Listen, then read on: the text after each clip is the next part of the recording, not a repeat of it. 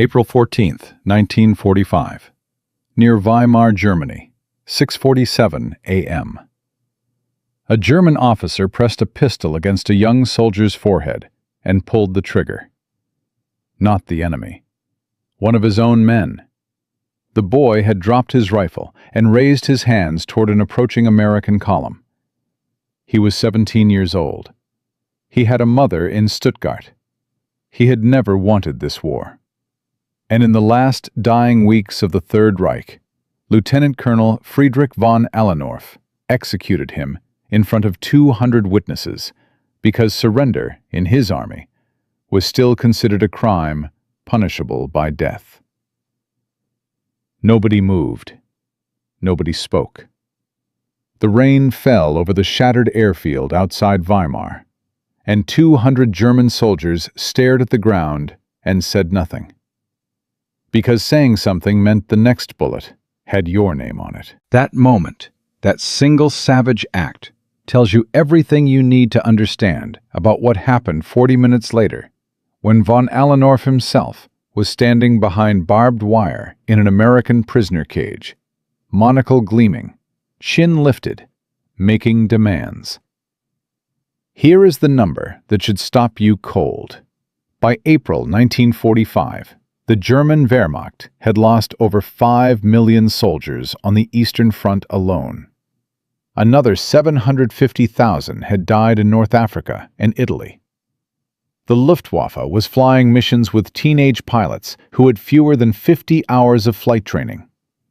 Germany's industrial cities were rubble. Its supply lines were shredded. Its fuel reserves were nearly gone. The war was not ending. It had already ended. It was simply still bleeding out. And yet, and this is the part that should genuinely astonish you, there were still German officers in April 1945 who behaved as though none of this had happened.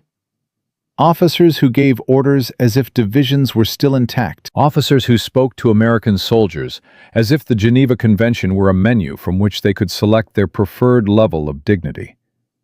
Officers who looked at the greatest military machine in the history of the Western world and saw nothing but shopkeepers in uniform. Von Allendorf was one of them.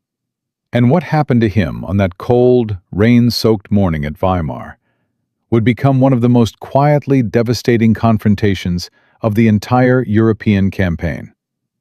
Not because anyone was killed, not because artillery was fired, but because one man arrived who had exactly zero tolerance for delusion and exactly the right words to burn it down. That man was George S. Patton. But before we get to Patton standing in that cage, boots sinking into the mud, staring down a man who still thought he had power, we need to understand something. We need to understand where Friedrich von Allendorf came from. What had been done to him by a system that worshipped rank above reality, and why, even in the ruins of everything, he could not let go. Because the story of that prisoner camp is not just a story about one arrogant officer being broken by circumstance. It is a story about what happens when an entire culture builds its identity around hierarchies so absolute, so deeply embedded, that even defeat cannot shatter it. It is a story about the difference between rank as privilege and rank as responsibility. And it is a story about what it takes, sometimes, for reality to finally cut through. Friedrich von Allendorf was born in 1907 in Munich, the son of a Prussian military family with a pedigree stretching back 3 generations. His grandfather had served in the Franco-Prussian War of 1870. His father had worn the Iron Cross in the First World War. The family home had portraits of uniformed men on every wall and a glass case in the study displaying medals the way other families displayed china. Friedrich grew up understanding one thing with absolute clarity. Rank was not something you earned with results. Rank was something you inhabited. It was identity. It was character made visible. He entered the Wehrmacht officer corps in 1928, rose steadily through the 1930s on the back of a flawless service record, and by 1941 he was commanding infantry units on the Eastern Front. He was not a coward. The records show that clearly. At Kharkov in 1943, he led a counterattack that stabilized a collapsing defensive line and was awarded the Knight's Cross for it. His men respected him, or feared him, which in the Wehrmacht often amounted to the same thing. He was precise, demanding, utterly without sentiment, and completely certain that the system that had produced him was the correct system, the superior system, the only system worth defending. The problem was that by 1944, the system was disintegrating around him in real time. The retreat from France after the Allied breakout at Normandy should have told him something. His division lost 60% of its strength in 3 weeks. The men who remained were exhausted and undersupplied. Replacements arrived younger and less trained with every passing month. By the winter of 1944, von Allendorf was commanding a regiment that existed mostly on paper. The actual available manpower was less than a third of what the organizational charts described. He filed accurate reports. His superiors falsified them upward before forwarding to Berlin. That was the Wehrmacht in its final year. A military machine, running on paperwork and denial, sustained by a command culture that punished honesty and rewarded the performance of confidence regardless of actual conditions. Officers like von Allendorf were not stupid men. They were men trapped inside an information environment so systematically distorted that the gap between what they believed and what was true had become almost impossible to close without external force. The external force arrived on April 14, 1945, at approximately 7:15 in the morning. The U.S. Third Army had been moving so fast across Germany that supply lines were struggling to keep pace. Patton's armor had covered ground at a rate that shocked even Allied planners. German units were not so much being defeated as overtaken, surrounded before they could organize coherent resistance, cut off before retreat became possible. The prisoner collection point near Weimar was the result of this velocity. Hundreds of men were flowing into American custody every day, processed through hastily established compounds, their units dissolved around them like sugar in rain. Von Allendorf had been captured the previous evening when his command post, a farmhouse outside a small village south of Weimar, was surrounded by elements of the 4th Armored Division before he had received any warning it was happening. He had not had time to destroy his documents. He had not had time to organize resistance. One moment he was eating dinner. The next moment, there were American soldiers in the doorway with rifles pointed at his chest. He was taken to the collection point before midnight, processed in darkness and confusion, and placed inside the compound with several hundred other prisoners. He spent the rest of that night standing upright in the rain, because sitting on the muddy ground was, in his estimation, beneath his dignity. By morning, he had decided on his strategy. He would make clear his rank. He would demand appropriate treatment. He would refuse to be processed alongside enlisted men. He would, in other words, behave exactly as his training and his culture and every formative experience of his adult life had taught him to behave. As if the position he held in a hierarchy determined the treatment he was owed from the world. It was not madness. It was, in a perverse way, consistency. The same rigidity that had made him an effective officer in 1941 and 1942 was now making him a spectacle in 1945. He was applying the rules of a world that no longer existed to a situation that operated by entirely different logic. And he was doing it with the absolute conviction of a man who had never seriously been forced to question whether his world's rules were correct. The American sergeant who first encountered him had no particular interest in philosophy. He had a clipboard, a processing procedure, and several hundred prisoners to get through before noon. When von Allendorf refused to step forward, The sergeant's reaction was professional irritation, not ideological offense. He sent for higher authority. The higher authority that arrived was not what anyone in that compound had expected. George Patton had not slept more than 4 hours in the previous 48. His Third Army was pushing toward the final objectives of the European campaign with the relentless forward momentum that had defined his command for the past 9 months. He was not in a reflective mood. He was not interested in nuance or diplomacy. When the MP reached his command tent and reported that a captured German lieutenant colonel was refusing to cooperate with processing procedures, Patton's reaction was immediate and instinctive. He put on his helmet and walked over himself. Those who served with Patton described many things about him over the years. His profanity, his temper, his theatrical sense of his own historical importance, his genuine tactical genius, his cruelty and his kindness in roughly equal measure depending on the day. But the quality that appeared most consistently in accounts of his personal confrontations was this: he was completely and utterly unimpressed by pretension. Rank, lineage, reputation. None of it meant anything to him unless it was backed by demonstrated performance. A man who commanded well was worth his uniform. A man who performed his rank without delivering the substance of it was, in Patton's estimation, beneath contempt.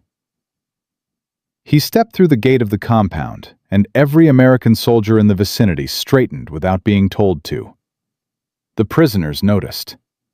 Even those who did not know who had entered could feel the change in air pressure. This was not a sergeant. This was not a captain or a major making rounds. The energy that moved through the camp with this man was something different, something that cut across language and uniform and rank, and spoke in a frequency that everyone who has ever been in proximity to genuine authority has felt, without being able to fully explain. Von Allendorf turned toward the approaching figure. He saw the twin ivory-handled revolvers. He saw the helmet angled with calculated precision. He saw the stride, not hurried, not slow, the stride of a man who had no doubt that the ground beneath his feet was his ground, regardless of where he stood. For just a fraction of a second, something moved across von Allendorf's face. Something that was not quite recognition and not quite fear, but that occupied the narrow territory between them.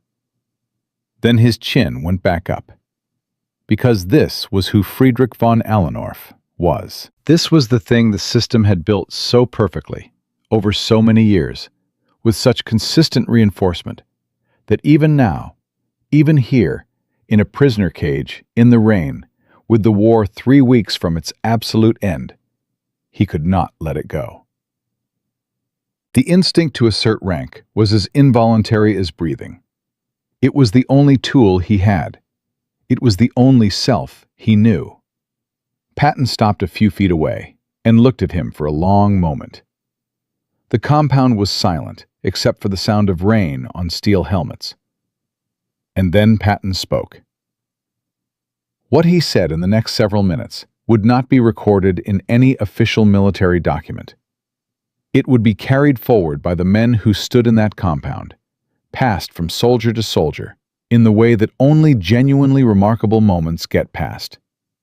Not as official history, but as the kind of story you tell because you were there, and you know you will never see anything quite like it again. What Patton understood, and what made his words in that moment so precise, so effective, so devastating, was not that von Allendorf was a bad man. It was that he was a man who had been handed a false map of reality at the beginning of his life, and had never been given reason to doubt it. He had marched through the world with that map for nearly 4 decades, and the map had always roughly corresponded to the terrain, until suddenly, catastrophically, it did not. What von Allendorf needed was not punishment. He had no army left to punish him with anything that would matter. What he needed was something far more difficult to deliver, and far more lasting in its effect. He needed someone to take the map out of his hands. What comes next, what Patton said and how he said it, and the precise moment when von Allendorf's monocle came out of his eye and went into his pocket, is the part of this story that has been told in fragments for 80 years. But the full weight of it, the complete sequence of what happened in that muddy compound on that cold April morning, has never been laid out with everything it deserves. That is what we are about to do. Because what happened between these two men in those final weeks of the Second World War is not just a confrontation between an American general and a defeated German officer. It is a story about the difference between two kinds of military culture.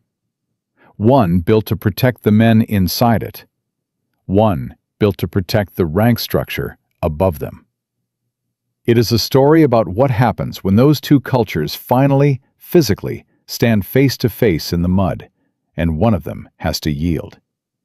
And it is a story that, if you are paying attention, says something about power and authority and the performance of dignity that is as relevant today as it was in April 1945. Patton stepped closer. The rain kept falling. The compound held its breath, and the next words out of George Patton's mouth would change Friedrich von Allendorf more completely than 5 years of war ever had. Von Allendorf stood in the mud. Patton stood 3 feet away. 400 prisoners watched in silence. In Part 1, we saw how a captured German lieutenant colonel, a man decorated at Kharkov, hardened by years of Eastern Front warfare, shaped by a military culture that worshipped rank above all else, refused to cooperate with American processing procedures at a prisoner compound near Weimar. He refused to step forward. He refused to answer a sergeant. He removed his gloves and brushed mud from his sleeve, as if the entire United States Third Army were an inconvenience beneath his notice. And then George Patton walked through the gate. We left you at the moment Patton opened his mouth. What he said next did not just silence one arrogant officer. It threatened to unravel the entire psychological architecture that von Allendorf had built his identity upon. But here is what you need to understand before we continue. By April 14, 1945, the U.S. Third Army had processed over 316,000 German prisoners in less than 30 days. 316,000 men. That number is not a statistic. That number is a civilization in collapse. And this is where things got considerably worse before they got better. Patton looked at von Allendorf for a long moment without speaking. The rain tapped against steel helmets. Someone coughed in the back of the compound, and then immediately regretted it. When Patton finally spoke, his voice was not raised. It was not theatrical. It was the voice of a man who had been awake for 40 hours and had very little interest in performing patience he did not feel. "Which one are you?" he said. Not a greeting, not a question seeking information. A categorization, as if you were identifying a specimen he had encountered before and found unremarkable. Von Allendorf straightened. "I am Oberstleutnant Friedrich von Allendorf of the Wehrmacht," he said, "and I have been demanding for the past 40 minutes that I be separated from the enlisted prisoners and processed according to the protocols appropriate to my rank." Patton turned his head slightly and looked at the American sergeant standing nearby. 40 minutes? The sergeant nodded. "Yes, sir." Patton turned back. 40 minutes, he repeated. He clasped his hands behind his back and tilted his head as if examining something mildly puzzling. "You've been standing in a cage in the rain for 40 minutes, arguing about protocol?" Von Allendorf's jaw tightened. "The Geneva Convention is explicit regarding the treatment of captured officers." "It sure is," Patton said. "It says we feed you, house you, and don't shoot you. You're getting all 3. "Anything else you want to add to your list?" The surrounding prisoners did not move. Several of the younger German soldiers, boys who had been fighting since they were 16, who had watched their units dissolve around them over months of retreat, stared at the ground with expressions that mixed horror and something dangerously close to relief. Because they already understood what von Allendorf had not yet processed. The rules had changed. Not gradually, not negotiably, completely. "In my army," von Allendorf said carefully, "an officer of my rank does not present himself alongside common soldiers for administrative processing. It is a matter of institutional dignity." Patton blinked once. Then he said something that cut through 40 years of Prussian military conditioning like a blade through wet paper. "Your army," Patton said, "isn't here." He let that sit for exactly 3 seconds. "Your army was here. I drove it back across France, across Belgium, across the Rhine, and all the way to this muddy field." He gestured toward the surrounding compound without looking away from the German officer. "This is what's left of your army, Colonel. 400 hungry men standing in the rain. And I'm the man who put them here." The compound was completely silent now. Even the wind seemed to have paused. Von Allendorf's monocle caught a fragment of gray light. His posture remained rigid. But something behind his eyes had shifted, almost imperceptibly, like the first hairline crack in a foundation that has not yet accepted it is going to fall. He hadn't broken yet, and what Patton did next was not what anyone in that compound expected. Patton did not escalate. He did not raise his voice. He did not order the MPS forward. Instead, he took one step closer to von Allendorf and lowered his voice so that only the men nearest to them could hear. "I'm going to tell you something," Patton said, "and I want you to listen to it carefully, because I'm only going to say it once." Von Allendorf waited. "I've met 50 German officers in the past 9 months," Patton continued. "Some of them were good soldiers. A few of them were genuinely excellent. And almost every single one of them was standing in a cage exactly like this one, making exactly the same argument you're making right now." He paused. "You know what they all had in common?" Von Allendorf said nothing. "They were all wrong about the same thing," Patton said. "They thought rank was something that existed inside them, something permanent, something that traveled with them, like a soul." He shook his head slowly. "Rank is a contract. It exists between you and an institution that gives you authority over other men in exchange for results. When the institution collapses, the contract ends." He pointed at the mud. "You're standing in the place where the contract ended." The words landed differently than a direct order would have. An order von Allendorf could resist on principle. This was something else. This was someone explaining, with complete calmness and zero cruelty, the precise mechanism by which his entire self-understanding had become obsolete. It was not punishment. It was diagnosis. For the first time in 40 minutes, the certainty in von Allendorf's posture flickered. And what came out of him next was something none of the American soldiers had heard from a captured German officer before. "What would you have me do?" von Allendorf said quietly. Not a demand, not a challenge. A genuine question, and the genuine quality of it was more startling than anything he had said before. Patton studied him. "Step forward when an American soldier tells you to," he said. "Answer the questions you're asked. Move to the officer section when you're told. That's it." A long pause. Von Allendorf looked at the processing table. He looked at the line of prisoners. He looked at the compound perimeter with its barbed wire and its mud and its absolute indifference to whatever he had once been. Then he looked back at Patton.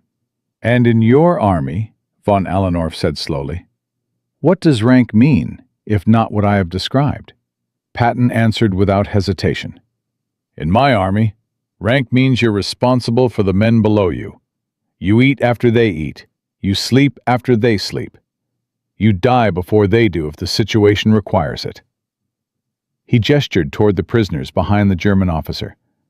That's why most of these men figured this out before you did, because most of them spent 4 years being led by men who spent those same 4 years protecting their own dignity instead of protecting their soldiers. It was the most cutting thing Patton said that morning. Not because it was directed at von Allendorf personally, because it was accurate. Because von Allendorf knew it was accurate. And because on some level, in the deepest and most private place in his exhausted mind, he had known it was accurate for a long time. The monocle came out of his eye. He removed it carefully, the way a man removes something he has worn so long it has become part of his face, and placed it in the pocket of his coat. His shoulders dropped a fraction of an inch. It was not surrender. It was more precise than that. It was recognition. He turned and walked toward the processing table. His boots sank into the mud. He stopped in front of the sergeant with the clipboard. Von Allendorf, he said. Friedrich, Oberstleutnant, 3rd Wehrmacht Infantry Regiment, 8th Division. The sergeant wrote it down without ceremony. The processing took 4 minutes. Name, rank, unit, personal effects. A canvas sack received his wallet, his lighter, his folded map. Finally, the monocle. The MP tied the sack closed and gestured toward the far side of the compound. Von Allendorf walked. He did not look back. The compound slowly exhaled. Quiet conversations resumed in German and English. Patton watched until the German officer reached the officer section and stopped among the other captured men. Then he turned to the sergeant. Keep the processing moving. Yes, sir. He started toward the gate. Then he stopped. He did not turn around immediately. He stood with his back to the compound for a moment, rain falling on his helmet. And then he turned partway and said, to no one in particular, to the mud and the wire and the gray German sky. That's the difference. Rank as responsibility versus rank as privilege. One of those builds armies. The other one buries them. He walked through the gate. It closed behind him. What happened to Friedrich von Allendorf after that morning was, in its own way, as significant as the confrontation itself. He was transported to a prisoner processing facility near Erfurt within 48 hours. He cooperated completely with American authorities. He provided accurate intelligence regarding his regiment's last known positions, its remaining strength, which he reported with precise and unsparing honesty, and the locations of 3 ammunition caches that had not appeared in any Allied intelligence assessment. The American officer who debriefed him noted in his written report that von Allendorf was methodical, accurate, and entirely without the evasiveness common among officers of equivalent rank. He was released in September 1945. He returned to Munich. He never spoke publicly about the war. He died in 1978. His obituary in a Munich newspaper described him as a former officer and businessman. It did not mention the prisoner compound. It did not mention the monocle. But 3 American veterans who had been present that April morning told the story to their children and their grandchildren. And those stories all ended the same way. With Patton walking out of the gate and the rain still falling, and a German officer standing quietly in the mud with his hands at his sides, understanding for the first time in his life what it felt like to be on the wrong side of reality. But here is the thing that nobody in that compound knew yet. The thing that makes what happened that morning larger than the confrontation itself. The thing that turns it from a military anecdote into something that actually matters. At the precise moment that von Allendorf's monocle went into his pocket, 40 kilometers to the east, Another column of the Third Army was approaching a set of coordinates that no one at Weimar knew about yet. Coordinates that had appeared in intercepted German communications in the previous 72 hours. Communications that described something so extreme, so deliberately hidden, that even the senior Allied intelligence officers who had seen the reports had initially refused to believe them. Patton knew. He had been briefed at 0400 that morning, 2 hours before he walked into the prisoner compound. What his army was about to find at those coordinates would change the remaining 3 weeks of the European war. It would change the historical record of what the Third Reich had actually been. And it would make everything that had happened at that prisoner compound, the monocle, the mud, the 5-second countdown, look like exactly what it was. A small, quiet, human moment at the edge of something incomprehensible. In Part 3, we find out what was waiting at those coordinates, and we find out why, when Patton's men arrived and the gates opened, the first soldier through the door dropped his rifle and stood completely still for 30 seconds before he could move again. The war was almost over, but what it had done was only beginning to be seen. In Part 1, we watched a German lieutenant colonel stand in a prisoner compound near Weimar and refuse, for 40 minutes, to accept that his world had ended. In Part 2, we watched George Patton dismantle that refusal with 12 words and a silence that cut deeper than any court-martial. Von Allendorf's monocle went into his pocket. The gate closed. And we told you that 40 kilometers to the east, Patton's army was moving toward coordinates that even senior Allied intelligence officers had initially refused to believe. Something was waiting at those coordinates. Something that had been deliberately hidden. Something that would make everything that happened at that prisoner compound look, in retrospect, like the smallest possible version of the story. Here is the number that should stop you cold. By April 1945, the SS had spent 4 years operating a facility 6 kilometers north of Weimar that had processed over 250,000 human beings. And the German officers who ran the prisoner compound where von Allendorf had stood that morning. Men who processed paperwork and followed protocols and insisted on proper procedure, had known it was there the entire time. This was no longer a test. This was no longer an experiment in authority or a confrontation between two philosophies of rank. What Patton's Third Army was about to encounter was the physical evidence of what those philosophies, taken to their absolute endpoint, actually produced. And the men who walked through that gate were never the same again. The coordinates pointed to Buchenwald, April 11th, 1945, 3 days before the confrontation with von Allendorf. Elements of the 6th Armored Division, part of Patton's Third Army, were advancing northeast of Erfurt when they picked up a radio transmission. It was not a military frequency. It was improvised, desperate, broadcast from a transmitter that prisoners inside the camp had secretly assembled from stolen components over a period of months. The message was in Morse code. It said, in English, "To the Allied Army, this is KZ Buchenwald. Please come. We are dying." The lead tank commander, Captain Friedrich Keffer, reported the transmission up the chain immediately. Within 90 minutes, a patrol from the 9th Armored Infantry Battalion was moving toward the source. What they found when they came over the ridge and saw the camp below them stopped the entire column. The scale was not comprehensible from outside the fence. Over 21,000 prisoners remained inside when American forces arrived. The SS guards had fled the previous day, some of them only hours ahead of the advancing armor. They had not had time to complete what their orders required, which was the destruction of evidence and the elimination of witnesses. What they left behind was a camp that had been running at full operational capacity as recently as 72 hours before American boots touched the ground.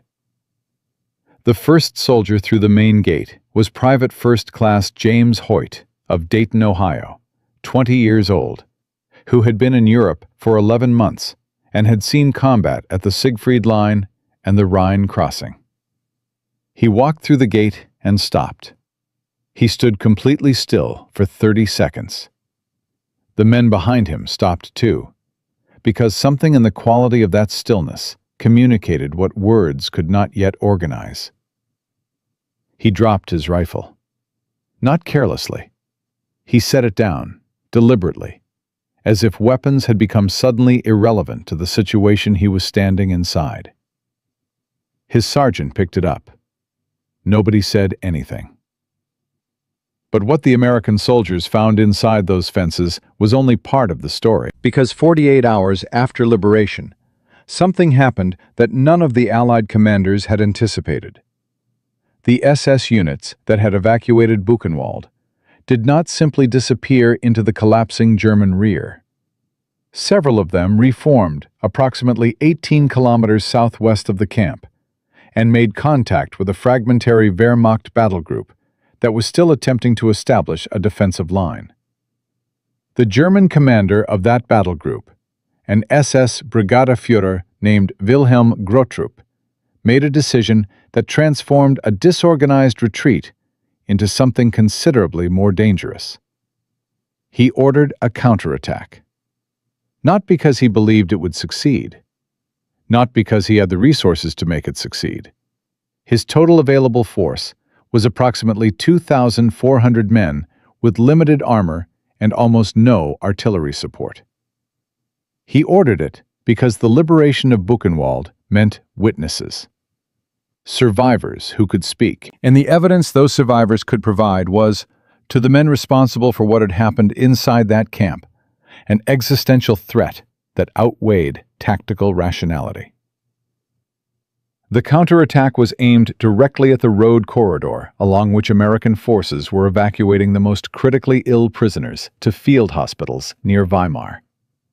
It began at 0340 on April 13, 1945.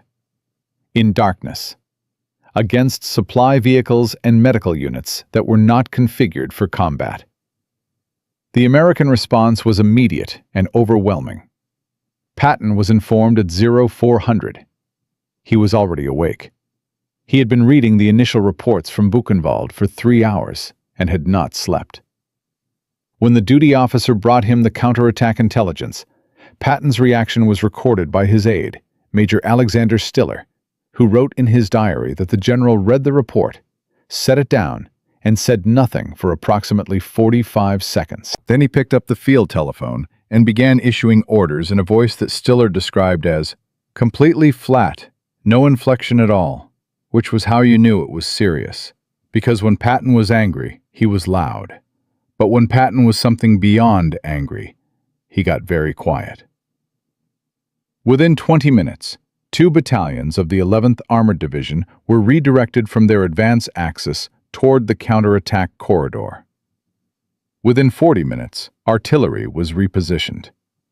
Within 90 minutes, the SS battle group that had believed it was attacking a supply corridor discovered it had driven directly into the prepared response of one of the most experienced armored formations in the European theater. April 13th, 1945, 0530, near the village of Hotelstedt, 6 kilometers west of Buchenwald. The SS column moves in darkness. 12 half-tracks, 40 infantry vehicles, approximately 2,400 men. They are moving fast, using the darkness as cover, expecting to hit medical units and lightly armed MPs. They expect minimal resistance. They are wrong by a factor that will become clear in the next 40 minutes. The first American contact is made at 0531. A forward observation post on a ridgeline above the road sees the column headlights and transmits a single word: Contact. 3 seconds later, artillery begins. The shells fall with a precision that the SS column has no framework to understand, because this is not the harassed, overextended American artillery of 1944. This is Patton's army in April 1945, fully supplied, fully experienced, and conducting fire missions on a target that their commander has personally ordered destroyed. The lead half-track takes a direct hit. It burns. The column breaks.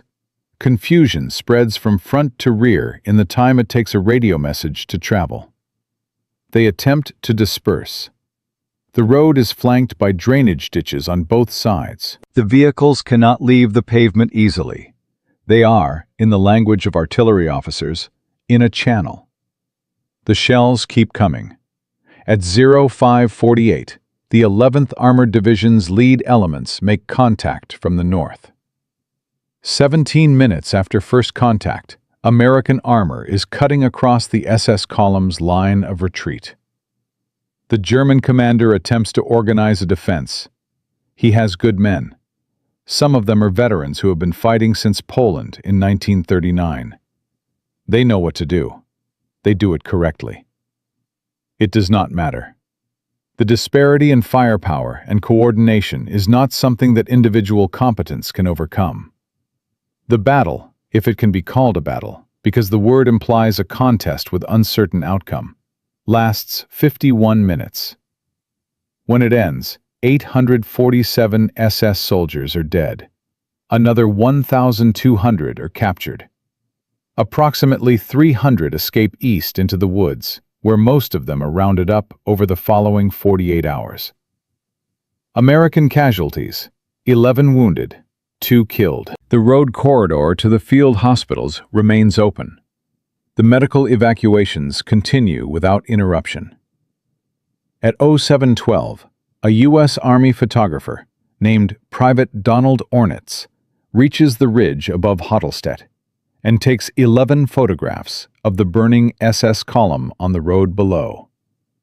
Those photographs are in the National Archives. The road in them is unrecognizable as a road. It is a corridor of burning metal, stretching for approximately 800 meters. Vehicles interlocked, some overturned, smoke rising straight up into the cold April air, without wind to move it. The SS counterattack had been destroyed in less than an hour. But what happened in the next 72 hours changed the remaining weeks of the European war in ways that no military planner had fully calculated. The liberation of Buchenwald and the destruction of the counterattack force had an effect on German resistance in the central sector that was immediate and measurable. Word spread through the Wehrmacht units still attempting to hold defensive lines east and south of Weimar, with a speed that had nothing to do with military communications. It spread the way catastrophic information always spreads in a collapsing army. Person to person, in fragments, distorted by fear and exhaustion, into something that was simultaneously less accurate and more true than the original. What the German soldiers understood was not the specific tactical details. What they understood was that the SS had tried to stop Patton's army from reaching a camp. And Patton's army had stopped them in 51 minutes. 3 Wehrmacht battalions in the Weimar sector requested surrender terms within 36 hours of the Hotelstedt engagement.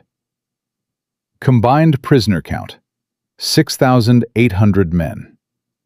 Without a significant combat engagement, the psychological impact of what had happened at Buchenwald, not just the military defeat, but the revelation of what the camp contained, was accelerating the German collapse in ways that air superiority and artillery could not have achieved alone. Between April 11th and April 30th, 1945, the U.S. Third Army processed 316,000 prisoners, a rate of approximately 16,600 per day. In the 30 days prior to the Buchenwald liberation, The daily average had been 8,400. The rate had nearly doubled, not because Patton's army had suddenly become twice as powerful, because the men on the other side had run out of reasons to keep fighting.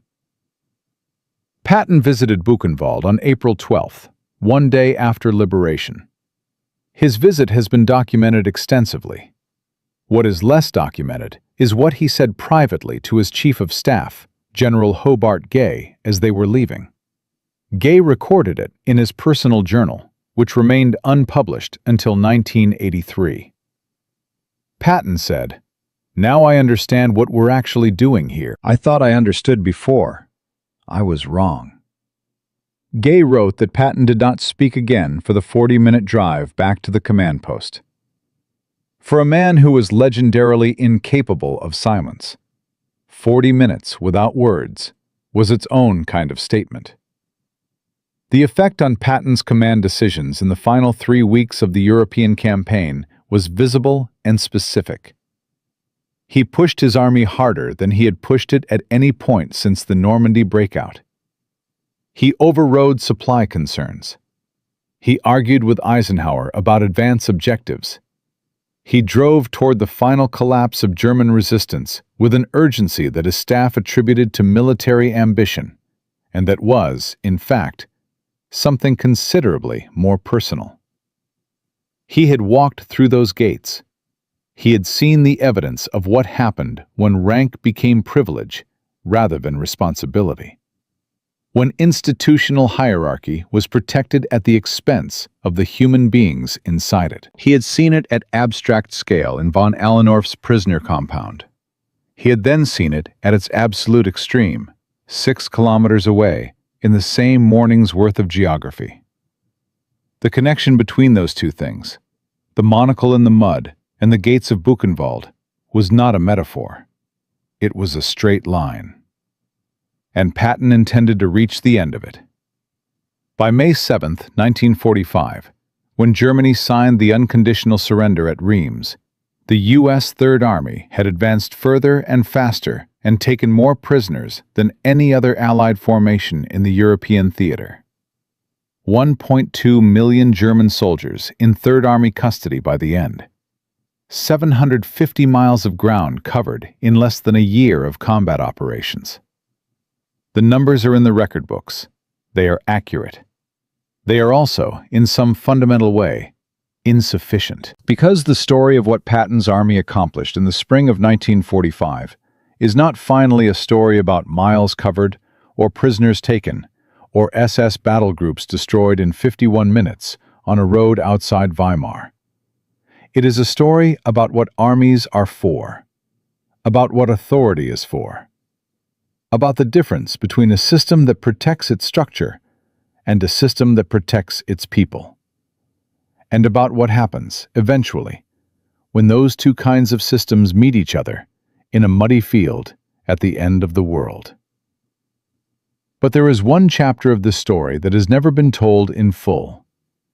The chapter about what happened to the men who were there. Not von Allendorf, who we can account for. Not Patton, whose record fills libraries.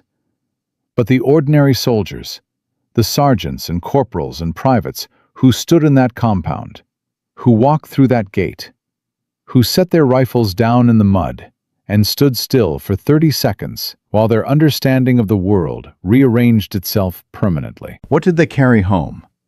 What did it cost them? And what did they do with it? In Part 4, we find out. And we find out why the most important thing George Patton ever said was not said to a German officer in a prisoner compound.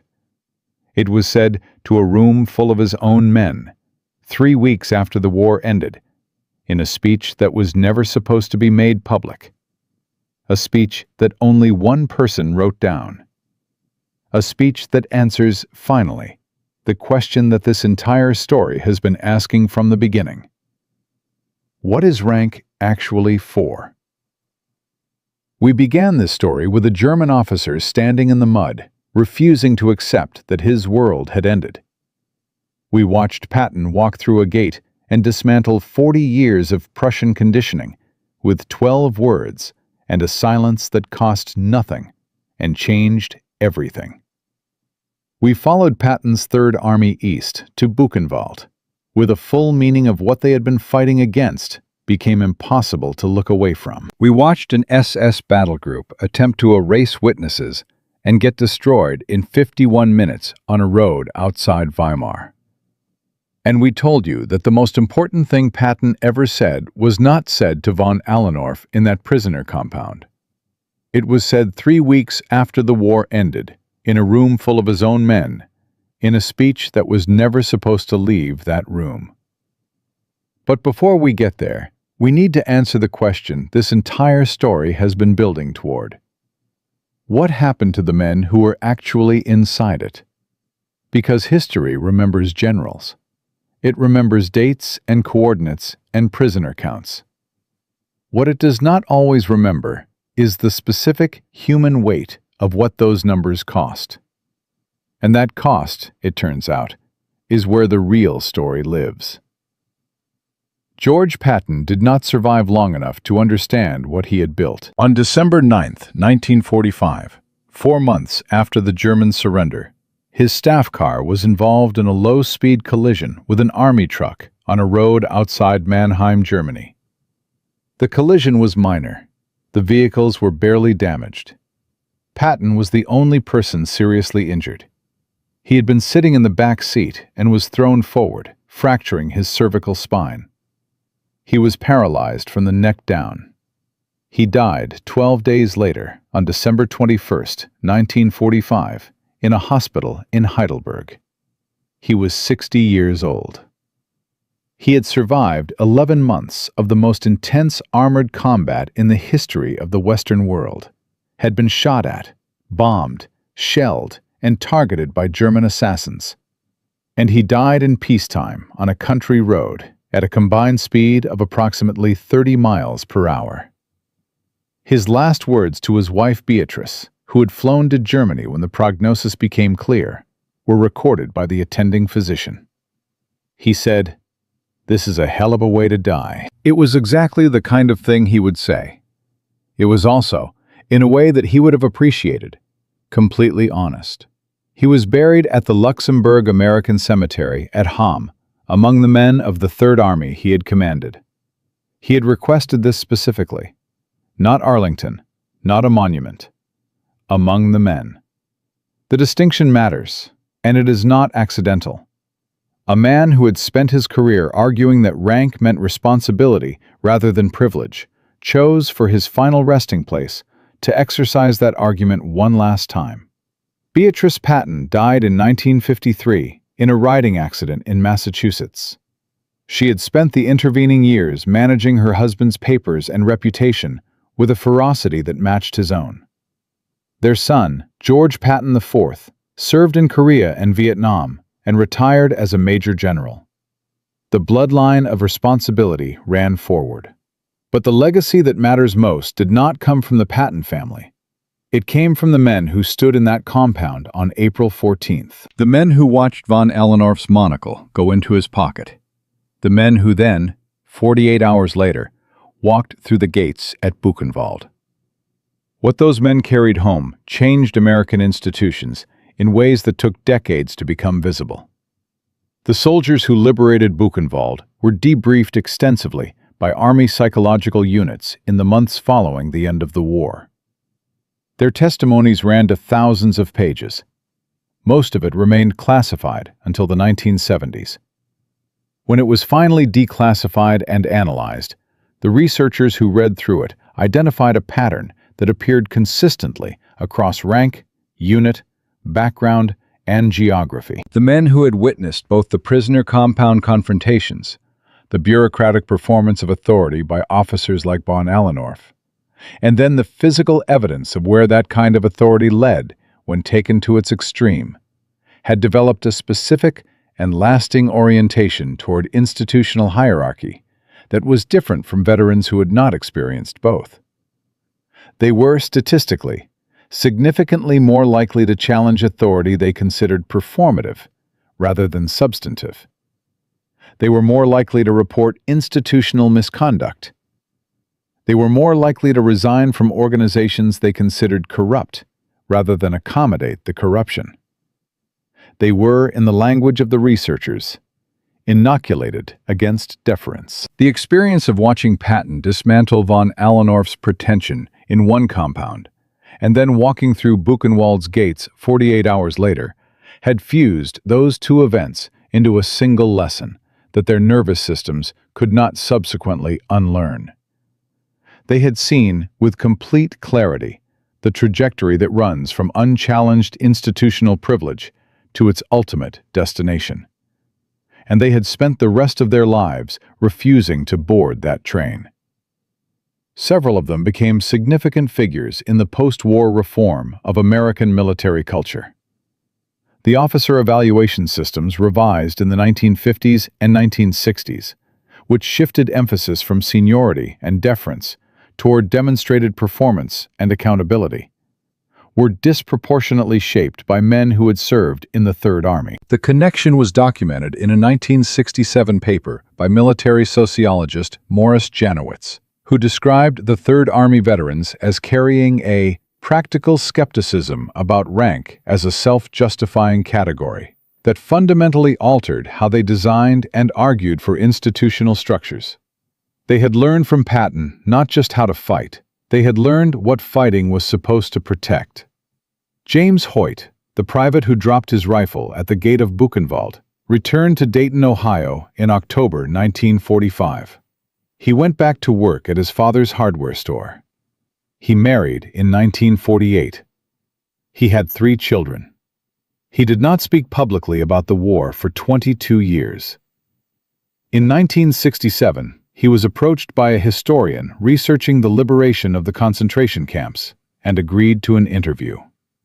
He spoke for 4 hours. The transcript was published in a 1971 volume of oral histories from the European campaign. In it, he describes walking through the gate and stopping, and explains, in plain Ohio hardware store language, what the 30 seconds of stillness was. He said, "I wasn't in shock. I want people to understand that. I was thinking very clearly.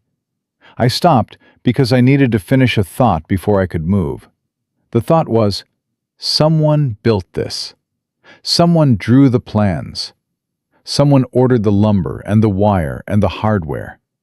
And they did all of that the same way you'd build anything, with paperwork, with procedure, with rank and protocol and people following orders from people above them.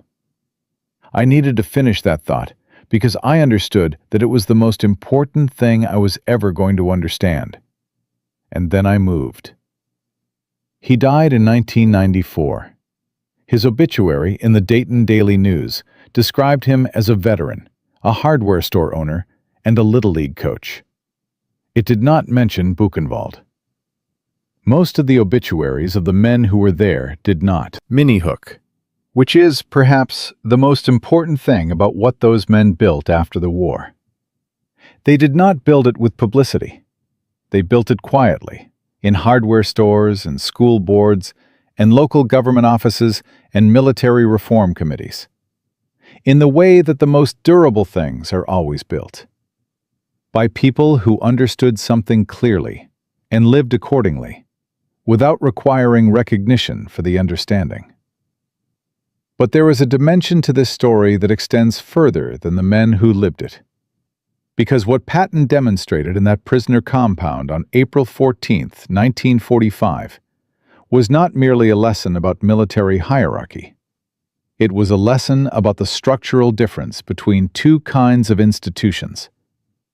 And that lesson has been tested repeatedly in the 80 years since, across contexts that have nothing to do with tanks or barbed wire. The principle Patton articulated, rank as responsibility versus rank as privilege, has been empirically studied in organizational behavior research since the 1950s.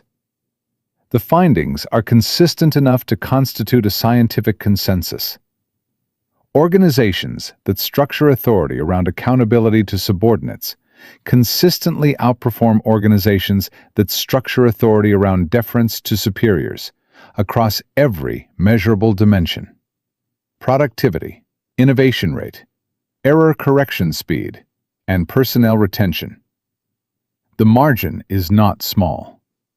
A 2019 meta-analysis of 87 organizational studies found that downward accountability structures, Patton's term in action without the name, produced on average 34% higher performance outcomes than upward deference structures on tasks requiring adaptive response to changing conditions. The Wehrmacht in 1945 was not merely defeated by American industrial capacity or numerical superiority, though both were real. It was defeated by the compounding costs of an upward deference structure that had spent 4 years punishing honest reporting and rewarding the performance of confidence, until the gap between what its commanders believed and what was true had become operationally fatal. Every officer who falsified an upward report to protect his standing, every junior soldier who did not report a tactical problem because the reporting itself was a career risk, every decision made on the basis of what the hierarchy wanted to hear rather than what was actually happening. Those individual failures of accountability aggregated over time into a military organization that could not learn from its own experience fast enough to survive contact with one that could. Von Allendorf's monocle was not a metaphor. It was a data point in a catastrophic institutional failure that killed millions of people over 6 years. And Patton, standing in that compound, understood this not as a political argument, but as a practical one. His army was faster, more adaptive, more honest about its own conditions, and therefore more lethal. The reasons were structural. The structures were choices. The choices were ultimately about what rank was for. This matters now in ways that have nothing to do with the Second World War. Every organization that protects its hierarchy at the expense of its people is running the Wehrmacht's operating system. Every institution that punishes honest reporting and rewards performed confidence is compounding the same error that buried the Third Reich under rubble and surrender documents in the spring of 1945. The names change. The uniforms change. The fundamental mechanism does not.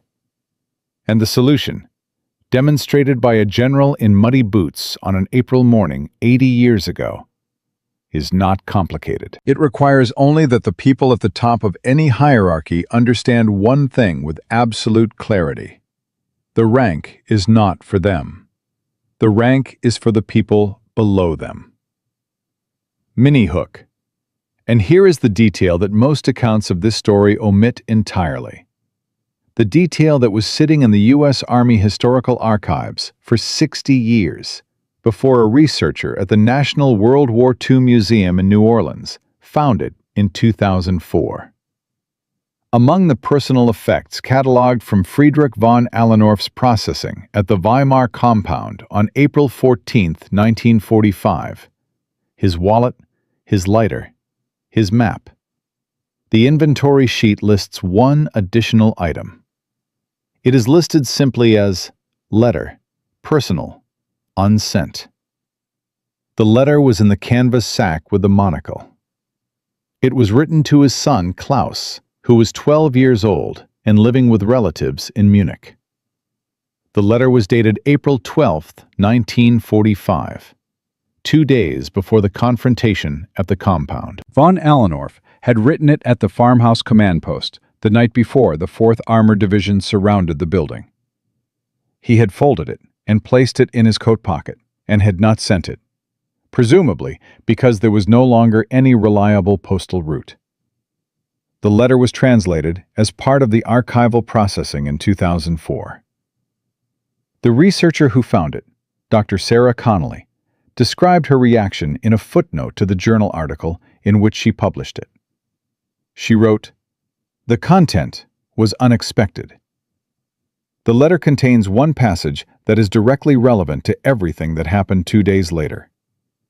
Von Allendorf wrote to his 12-year-old son, "I have been thinking about what I will tell you when I return. about what the army actually is, and I find I am less certain than I expected to be. The things I was taught to believe about rank and order seem to me now, in the condition of this army, to require examination.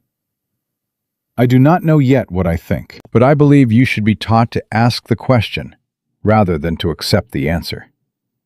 He had written that 2 days before Patton walked through the gate, 2 days before the monocle came out of his eye. The examination had already begun, quietly, in a farmhouse south of Weimar, in a letter that was never sent. Patton did not change von Allendorf's mind. He finished the process that von Allendorf had already, privately, begun. The letter was eventually forwarded to the Red Cross Tracing Service after the war and delivered to Klaus von Allendorf in Munich in 1947. Klaus was by then 14 years old. He read it. He kept it. He became, in the 1960s, a professor of philosophy at the University of Munich, specializing in institutional ethics.